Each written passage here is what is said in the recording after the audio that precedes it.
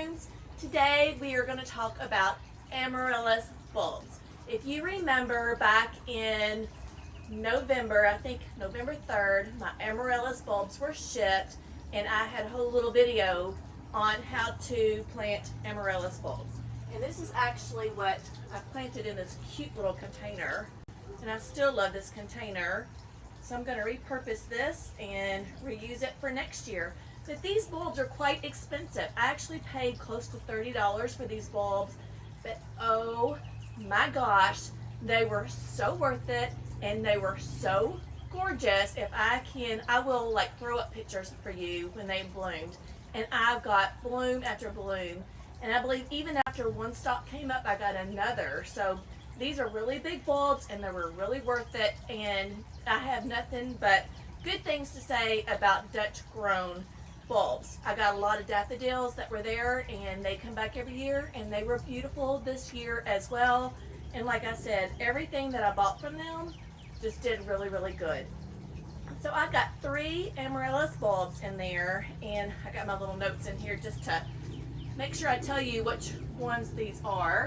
So like I said, I've got 3 good sized bulbs in here. And this is the first time that I purchased jumbo double Amaryllis, and I have 2 of them that are called Lady Jane, and they're jumbo and they're double. And then I bought another jumbo double Amaryllis that's called Amethyst Candy, and they were gorgeous, you guys. Like, I can't say enough about how beautiful these are. Now, don't just think as an Amaryllis as just being a Christmas flower, even though that's kind of like when you can purchase them and they send them out to you.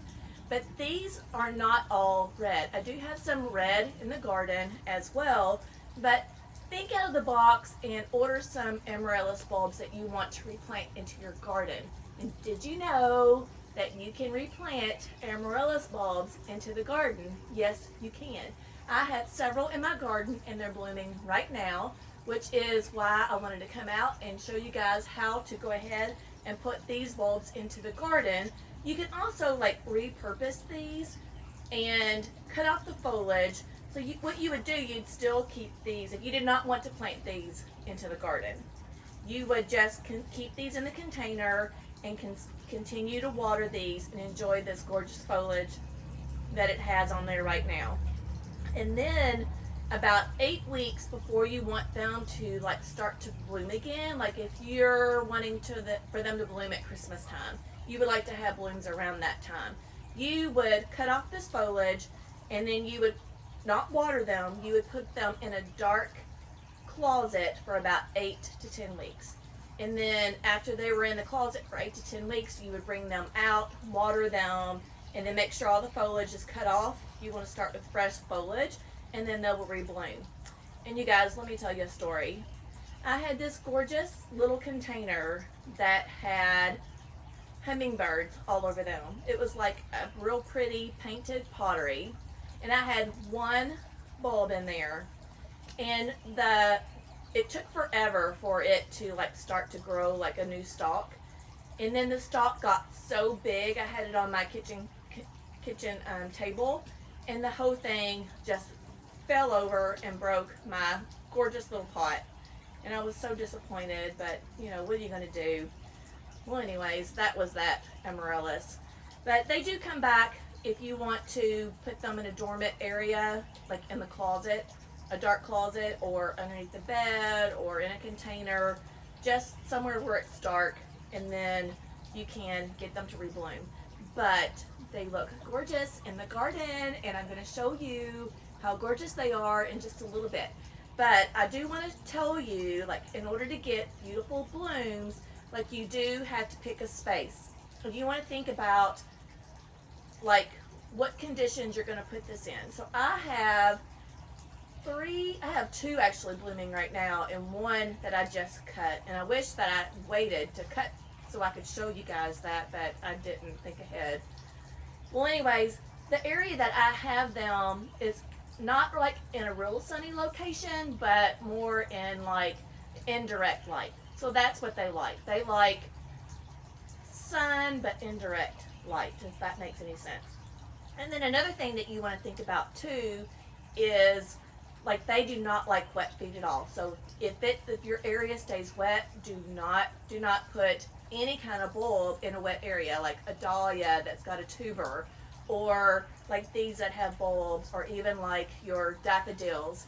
Your tulips, they probably wouldn't like wet either, but they're, for me, I live in Charlotte, North Carolina, zone 8, and I'm just going to treat my tulips as an annual, and I pull the whole bulb up and everything because it doesn't get cold enough here in our winter times for us to get another bloom the second year. We might just have foliage like this, but no blooms. So, yeah. So they do not like any kind of wet. They do not want wet feet because it's a bulb and it's going to just like rot. And if it rots, it's not going to produce anything. So you want indirect sun to indirect sunlight. You want a well-drained area. And if you have like hard clay like we do, I am going to amend my area. Of course, I'm going to use my power planter auger. And the reason why I like my power planter auger, for one, if we have really hard clay, it just breaks it up really well and it's easy to plant. And I think the roots like a more loosened up soil so the roots can grow. So I think that is part of my success in my garden. And then I'm going to use the biotone. I use biotone for everything because it's good for the root development on here. So I'm actually going to put my notes down and I'm going to take one of these out. And they might just like all come out. I do have some really nice, like whenever I do anything inside, I like to put stuff like this, like on the soil, so everything looks really, really good. This is just like moss. Alright, so I think all 3 of them are going to come out at one time. I've not watered these in a while, and it's going to make a mess. That's okay. So this is out of the container, and that's what these bulbs are looking like right here. So they're still like firm. You want to make sure they're firm. You don't want to make sure they're soggy. And then we're going to break some of these up. And I'm just going to pull them apart like so. And this is what we're looking like. So even though it looks brown right here, it's still really firm. So it's still a really, really healthy bulb. And then you can see the roots right there. So really good looking quality bulb. And it's going to do great in the garden. We're going to have beautiful flowers. Now, I don't know if it's going to bloom this year again for me, but it will bloom for me next year this time. So very, very exciting that we can get multiple use out of these Amaryllis bulbs. Let's just pull these apart. Yeah. Look at the mess that I just made. Here we go. So I've got 3. I have no idea which one or what. It doesn't really matter. And I could either plant all 3 of these in the same location, or I can scatter them out into the garden. It doesn't really matter. But if you have really hard clay like we do, definitely use the biotone for the root development. And on my wet side garden, I already have like a really thick layer of compost. When we did this garden last year, it's on the side, and the sod did not really grow really well over there. So what I did was I had my husband go ahead and like get the sod like really, really, really low with a edger, I guess you want to say, like what you edge your grass with. Got it really, really low, just scalped it pretty much is what we did. And then I didn't use cardboard over there because it was on that hill and it was going to be really, really hard to like put compost on top of that cardboard because we were just going to slide. But anyways, we put like a really, really thick layer of compost over there, about 2 or 3 inches, and then mulch on top of that, another 2 or 3 inches of mulch. So pretty much it's kind of like the no-till method, I guess you can say, and it did really well over there. Now, yes, I do have every now and then a few little sprigs of sod that grows up over there, but if you reduce the sun in that area, that sod's gonna die. So if you don't wanna like till your area up, or if you don't want to get a sod cutter, like think about that. Like put really thick layer, 2 or 3 inches of compost on top, and then another 2 or 3 inches of mulch on top of that. And then that sod's not gonna get any sunlight whatsoever, and it's gonna be fun. You're gonna have a gorgeous, like brand new garden like I did on the west side garden. Now, if I did not have compost on that area, I would amend my hole with some compost, especially with the really hard clay or even sandy conditions. Now, sandy conditions, you pretty much don't have really wet conditions, but the hard clay here in our zone, it holds a lot of water. But it's on a hill, it's going to drain really good. I'm going to put it on the west side garden because I'm pretty much kind of full on this cottage garden right now. And honestly, I have that landscape fabric down, which I wish I'd never did. I would never recommend, if you're planting lots of stuff in one area, don't bother with the landscape fabric because it's just not useful. It's not going to prevent the weeds. The weeds can still grow on top of your mulch, and I'm just still fighting with it 5 to 6 years later, you guys. Like, it is a mess. But anyways, I got my auger, I have my biotone, I have my gloves, and a lot of people ask me what size my auger is, and this is from the Easy Dig kit, and it is from the Power Planter. I do think the drill makes a big difference, especially when you're digging into the clay. I do love it. And this drill right here is 28 inches long and 3 inches wide. There you go. Love it. It holds a battery for a really long time. It's got a good handle for you to like dig into. And I really want the bigger auger that has the, I think it's 6 or 7 inch auger, and then it's got a different drill. But anyways, it's on my wish list. So yes, I do still have something on my wish list. So let's show you those bulbs that are already growing in the ground. I have no idea what the names of them are because I think I planted those before I even started doing YouTube, honestly.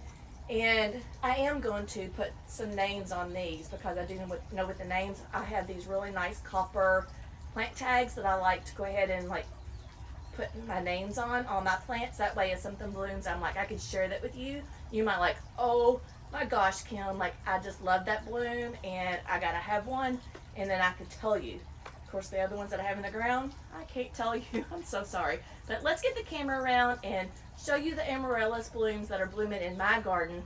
They have been in my garden for, I know, going on, this is the 2nd year that they bloomed in my garden. They're gorgeous, you guys. They're so pretty. Let me share. Don't you love the sound of water in a garden? Everybody needs some type of little water feature where you can just hear that sound. It's so soothing. But this is the cottage garden right here.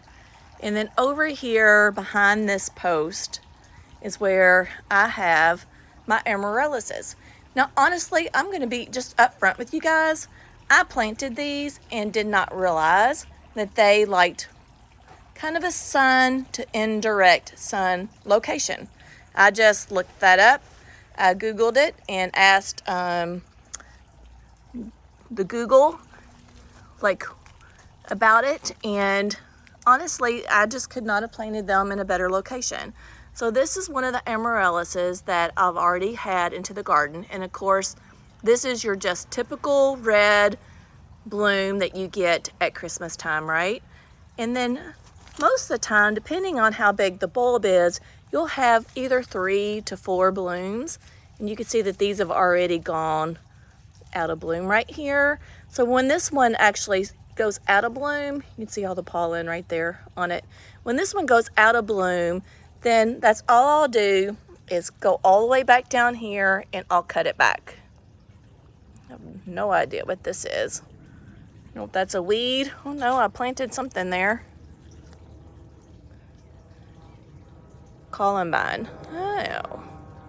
Black Barlow Columbine. So you guys, I forget where I plant things. But anyways, I have this amaryllis that is gorgeous and that is your typical red for Christmas time.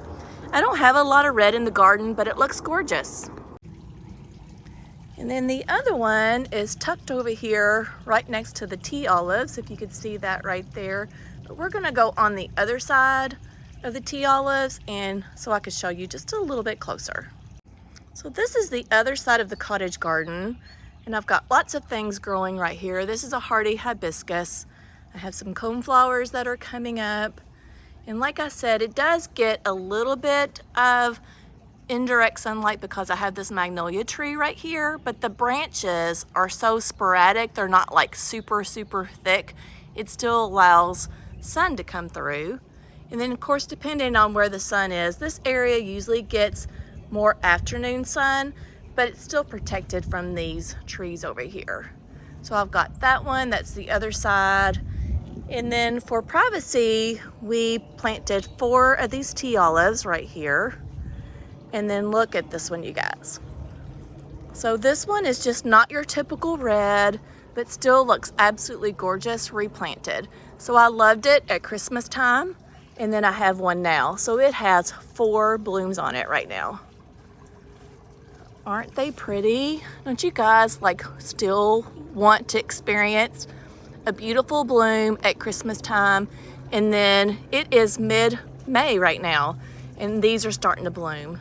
So pretty. And you can see this is the other stalk. I must have had planted these really close together. And you can see this stalk right here. Oops. This stalk right here is where I cut the other one off. And you can still see some of the foliage there. So even the foliage in the garden is still very attractive. You could cut this foliage off if you want, or you could just leave it. So like I said, still very attractive. But I really don't think the spent blooms are very beautiful, so that's why I had cut that one back over there. They are beautiful. Look at this.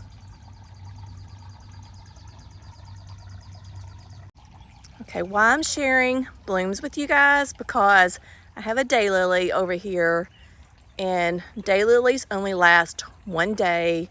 They have lots and lots of buds on them. Look how beautiful this is. And again, I planted this before I even started doing YouTube, and I have absolutely no idea what type this is. But you know what?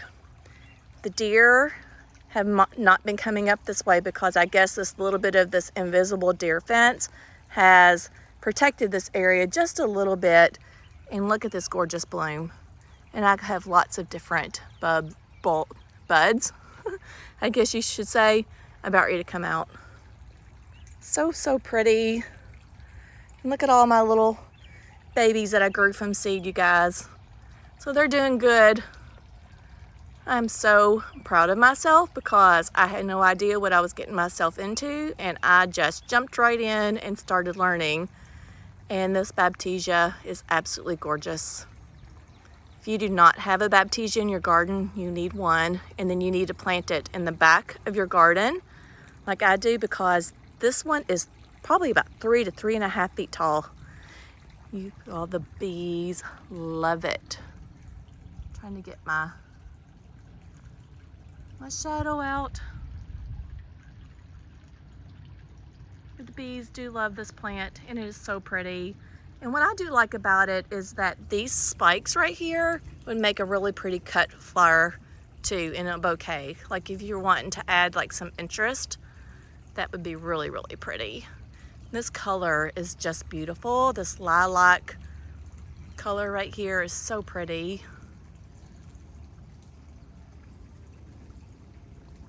One of my subscribers had messaged me and asked me if you leave these spent blooms and do not like cut them off, this plant's typically called like a rattler plant as well, and they will get these pods on them, and if you shake them, they sound just like a rattler, like a baby's rattler. Kind of cool. But I do love the interest that this plant gives you like all year round. It's just gorgeous all the way into the fall. at this. Isn't that precious? Comment, do you guys love to see bees like I do, or is this just something that's I do that I like? I don't know. Like, I always enjoy the bees and the butterflies and the hummingbirds. Like, I can just look at them all day long when they go in and out of the little flower to try to find pollen.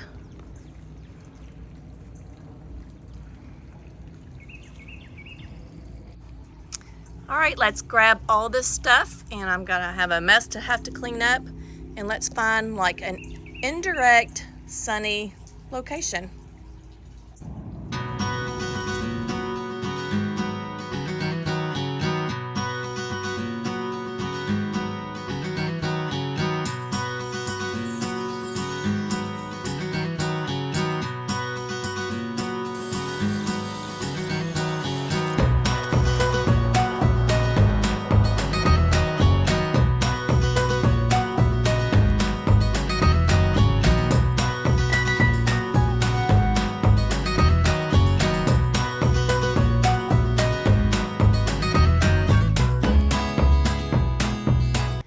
Guys, I hope you enjoyed this little short video to show you that you can repurpose these amaryllis. Like, I do love these in the garden, and they look like it's a nice surprise, right? Like, whenever you like have them at Christmas time and then you replant them, like after frost is a good time to plant them. So right now is a great time to plant them. That's why I'm planting mine. But what a nice surprise they are going to be next year. And you're gonna like, oh my gosh, like I forgot all about that, and look, they're like beautiful. So make sure you like, share, and subscribe, because the more likes that I have, the better YouTube puts it out there for me, and the better it helps me. This is my first week of going part-time, so I'm super excited. I've always told you guys that I want to go part-time and do my YouTube part-time and do my ultrasound part-time. Well, it was presented to me and I was given the opportunity, so now I'm hoping to put out more videos for you guys and really grow my YouTube channel. So make sure you like it and you subscribe and you share my stuff with me, please. And if you like ask me anything, comment if you want me to do a video on something, or if you want more information on a certain subject, and just like let me know and comment. I'll be glad to like look it up if I don't know it and let you guys have that information. So come on guys, get out and garden with me. I hope it was inspirational. I so do love my amaryllis bulbs, and it's such a good investment. That's what I want to say. So I'll see you in the next video. Bye friends.